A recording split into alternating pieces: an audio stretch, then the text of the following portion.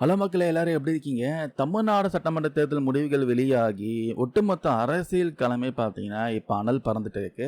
பல ஆண்டுகளா ஆட்சி அமைத்த அதிமுக, திமுகவும் ஆடி போயிருக்காங்கன்னு சொல்லலாம். தளபதி விஜயோடைய தமிழக வெற்றி கழகம் அதிக இடங்கள்ல ஜெயிச்சு, தனிப்பெரும் கட்சியா உருவெடுத்து மாஸ் காட்டியிருக்காங்கன்னு சொல்லலாம். இந்த மாதிரி ரிசல்ட்ட பார்த்தீங்கன்னா, ஈவன் யாருமே எதிர்பார்த்திருக்க மாட்டாங்க. அந்த அளவுக்கு தளபதி விஜய் அவர்கள் மாஸ் காட்டியிருக்காரு. ஆனா, இங்க தான் பார்த்தீங்கன்னா, ஒரு மிகப்பெரிய ஒரு ட்விஸ்ட் இருக்கு. அதிக இடங்களை ஜெயிச்சாலும் தாவேகாவால உடனடியாக ஆட்சி அமைக்க முடியாது. அதுக்கு என்ன காரணம்? அடுத்த கட்ட நகர்வுகள் என்ன? தமிழ்நாட்டில் கவர்னர் ஆட்சி வர வாய்ப்பு இருக்கா? இந்த எல்லா கேள்விகளுக்கும் ரொம்ப சிம்பிளா தெளிவா இந்த வீடியோல பார்க்கலாம். ஒரு கட்சியோ ஒரு கூட்டணியோ தமிழ்நாட்டில் ஆட்சி அமைக்கணும்னா அவங்களுக்கு தனி பெரும்பான்மை தேவை. அப்சல்யூட் மெஜாரிட்டி தேவை. தமிழ்நாட்டில் மொத்தம் 234 சட்டமன்ற தொகுதிகள் இருக்கு.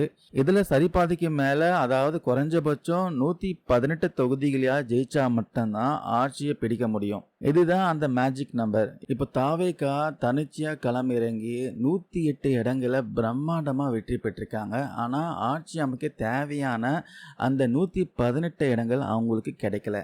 இந்த 108 எம்எல்ஏக்கள் மட்டும் வச்சுட்டு சட்டமன்றத்தில் பெரும்பான்மையை நிரூபிக்க முடியாது. அதனாலதான் இப்போ கூட்டணி ஆட்சி அமைப்பதற்கான ஆலோசனைகள்லாம் இப்போ ரொம்ப தீவிரமா நடந்துட்டு இருக்கு.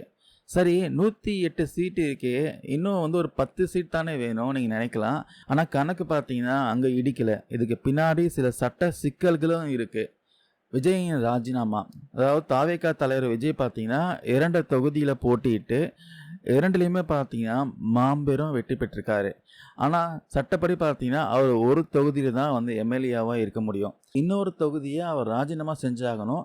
அப்போ 108ல் இருந்த தாவேகாவுடைய பலம் பார்த்தீங்கன்னா 107 குறையும்.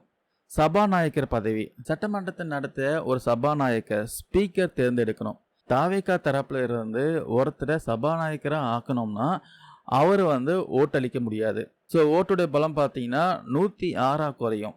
அப்போ 106 இடங்கள் மட்டுமே தாவேகாவுக்கு உறுதியாக இருக்கும்.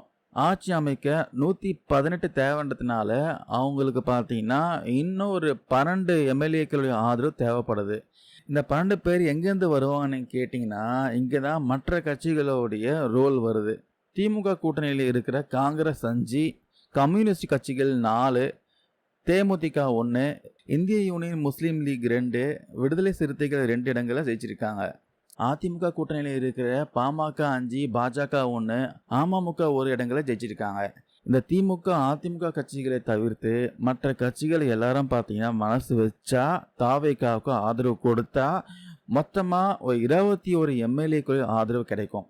அப்போ 106 + 21 போட்டால் 127 சீட்டுகளோடு தாவேகா ரொம்ப ஈஸியாக பெரும்பான்மையை நிரூபித்து கூட்டணி ஆட்சியை அமைச்சிடலாம். இந்த கணக்கில் பார்த்தீங்கன்னா மதிமுக 2 இடங்களை ஜெயிச்சிருந்தாலும் அவங்களால தாவேகாவுக்கு ஆதரவு தர முடியாது. ஏன்னா அவங்க திமுகவோட உதயசூரியன் சின்னத்தில் நின்று ஜெயிச்சிருக்காங்க. சட்டப்படி அவங்க திமுக எம்எல்ஏக்களாகவே கருதப்படுவாங்க. அதனால அவங்க ஆதரவு பார்த்தீங்கன்னா தாவேகாவுக்கு கிடையாது. இந்த பரபரப்பான சூழ்நிலையில தமிழக ஆளுநரான ஆர்வி அர்லேக்கர் பார்த்தீங்கன்னா இன்னைக்கு சென்னை கிண்டியில இருக்கிற ராஜ்பவனுக்கு வராரு. இப்போ ஆளுநர் கையில 2 ஆப்ஷன் இருக்கு. ஆப்ஷன் 1 பார்த்தீங்கன்னா அதிக இடங்களை ஜெயிச்ச தனி கட்சி அப்படின்ற அடிப்படையில தாவேகா தலைவர் விஜயை ஆட்சி அமைக்க அழைப்பாரு. சட்டமன்றத்தில் பெரும்பான்மையை நிரூபிக்க ஒரு வாரம் பார்த்தீங்கன்னா டைம் கொடுப்பாரு. ஆப்ஷன் 2 பார்த்தீங்கன்னா ஆட்சி அமைக்க கூப்பிடத்துக்கு முன்னாடியே உங்களுக்கு ஆதரவு தர கட்சிகளுடைய ஆதரவு கடிதங்கள், லெட்டர் ஆஃப் சப்போர்ட் முதல்ல அதை கொண்டு வாங்கன்ட்டு ஆளுநர் கேட்கலாம். அந்த கடிதங்களை வாங்கி பார்த்து 118க்கும் மேலே ஆதரவு இருந்தால் மட்டும் ஆட்சி அமைக்க உரிமை கொடுப்பாரு. ஒருவேளை மற்ற கட்சி ஆதரவு கொடுக்க மறுத்து தாவேகாவால் பெரும்பான்மையை நிரூபிக்க முடியாமல் போனால் என்ன நடக்கும் நீங்கள் கேட்கலாம். கவர்னர் அடுத்தபடியாக பார்த்தீங்கன்னா 2வது பெரிய கட்சியாக வந்திருக்க திமுகவை ஆட்சி அமைக்க கூப்பிடுவார். அவங்களாலையும் பெரும்பான்மையை நிரூபிக்க முடியலன்னா வேற வழியே இல்லை. தமிழ்நாட்டில் 6 மாத காலத்திற்கு கவர்னர் ஆட்சி தான் அமல்படுத்தப்படும். அதுக்கப்புறம் திரும்பவும் முதல்ல இருந்து மறுபடியும் பார்த்தீங்கன்னா சட்டமன்ற தேர்தல் நடக்கும். ஸோ மக்களே, நீங்கள் என்ன நினைக்கிறீங்க? மற்ற கட்சிகளாம் தளபதி விஜய்க்கு ஆதரவு கொடுத்து அவர் முதலமைச்சராக ஆவாரா, இல்லை தமிழ்நாட்டில் மறுபடியும் இன்னொரு தேர்தல் வருமா? உங்களுடைய கணிப்பு என்னன்றதை மறக்காம கீழே கமெண்ட்ஸில் பதிவு பண்ணுங்க. தளபதி விஜய் அவர்களுக்கு வாழ்த்துக்கள். அவருடைய ஆட்சி சிறப்பாக அமைய வாழ்த்துக்கள். இந்த பதிவில் நான் ஷேர் பண்ண தகவல் யூஸ்ஃபுல்லாக இருக்கும் நம்புகிறேன். தேங்க்யூ நண்பர், நண்பீஸ்.